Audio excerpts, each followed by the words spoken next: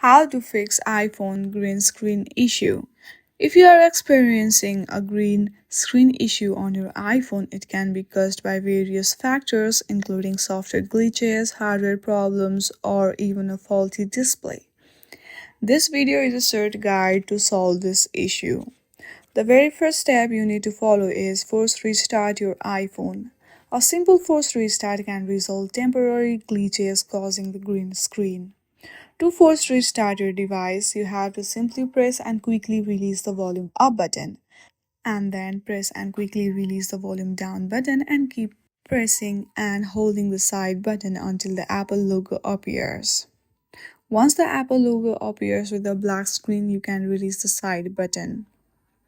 After force restart, your green screen issue will be solved.